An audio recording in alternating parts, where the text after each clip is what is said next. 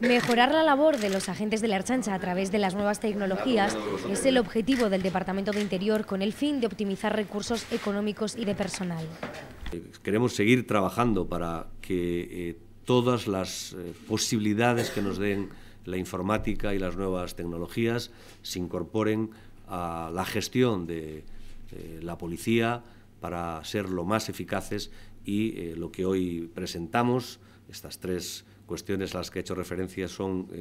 pasos que vamos dando para conseguir una reorganización y modernización de la Ertzaintza para prestar un mejor servicio a la ciudadanía y, insisto, optimizar los recursos de que disponemos.